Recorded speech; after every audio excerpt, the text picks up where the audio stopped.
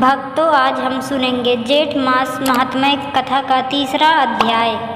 इस अध्याय में हम जानेंगे कि कैसे एक साधारण किसान ने अपने जीवन में इस मास की महत्व को समझकर ऐसे पुण्य अर्जित किए जिसने उसे केवल इस लोक में ही नहीं परलोक में भी उच्च स्थान दिलाया। कथा प्रारंभ होती है काशी के निकट स्थित एक छोटे से गांव सूचीपुर। वहाँ एक निर्धन किसान रहता था। उसका नाम था श्रीधर। उसका जीवन अत्यंत सरल था। फटी पुरानी धोती, मिट्टी का घर, बासी अन्न, परंतु मन में सच्ची श्रद्धा और संतोष था। उसके पास न अधिक खेत थे न बैल, पर वह जो भी उपजाता था उसका एक अंश नित्य मंदिर में चढ़ाता और एक अंश भूखे प्यासे यात्रियों को अर्पित करता। श्रीधर की पत्नी सुधा भी अत्यंत धार्मिक थी। दोनों पति पत्नी अपने जीवन को सेवा और संकल्प में लीन रखते थे। एक दिन गांव में एक संत आए। उन्होंने बताया कि जेठ मास का आरंभ हो गया है और यह मास देवताओं के ताप और सेवा का विशेष काल होता है। उन्होंने कहा, जो इस मास में जल सेवा करता है, व्रत रखता है, वट वृक्ष की पूजा करता है और ब्राह्मणों को अन्न जल और वस्त्र दान करता है, वह सभी पापों से मुक्त होता है। यह सुनकर श्रीधर और सुधा ने निश्चय किया कि इस मास में वे हर दिन कुछ पुण्य अवश्य अर्जित करेंगे। उन्होंने अपने छोटे से आंगन में एक मटकी रखी। उसमें शीतल जल और आम का पन्ना भरकर पथिकों को बांटने लगे।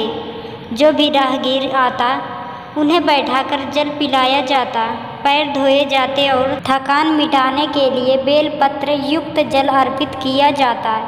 एक दिन गांव में एक बुजुर्ग साधु आए जो अत्यंत दुर्बल अवस्था में थे। श्रीधर उन्हें घर लाया, स्नान कराया, उन्हें खिचड़ी खिलाई और विश्राम कराया। साधु ने प्रसन्न होकर कहा, वत्स, तूने मेरी सेवा नहीं स्वयं नारायण की सेवा की है। जेठ मास की यह सेवा तुझे दिव्य फल देगी।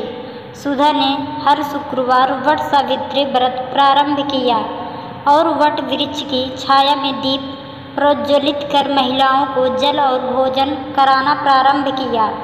उन्होंने अपनी झोपड़ी के बाहर एक छोटा तुलसी वन भी बना लिया, जहाँ प्रतिदिन संध्या को दीपक जलाकर तुलसी आरती होती। धीरे धीरे श्रीधर का जीवन बदलने लगा।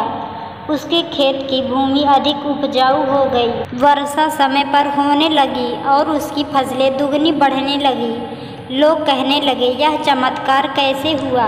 और उत्तर मिलता, यह ज्येष्ठ मास के पुण्य और सेवा का फल है। एक दिन गांव में महामारी फैली। कई परिवार बीमार पड़ गए। श्रीधर और सुधा ने अपने घर को सेवा केंद्र बना दिया। वे अपने गेहूं और चावल की बोरियां खोलकर दवा और भोजन बांटने लगे। उन्होंने दिन रात रोगियों की सेवा की और गांव के मंदिर में अखंड दीप प्रज्वलित किया। जेठ मास का पूर्णिमा का दिन आया।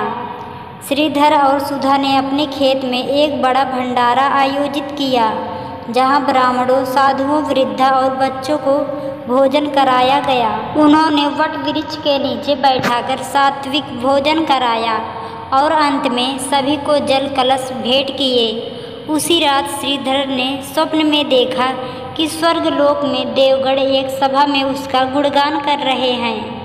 एक देवदूत आकर कहता है, हे श्रीधर, तेरी सेवा और इंद्रलोक भी पुलकित हुआ है।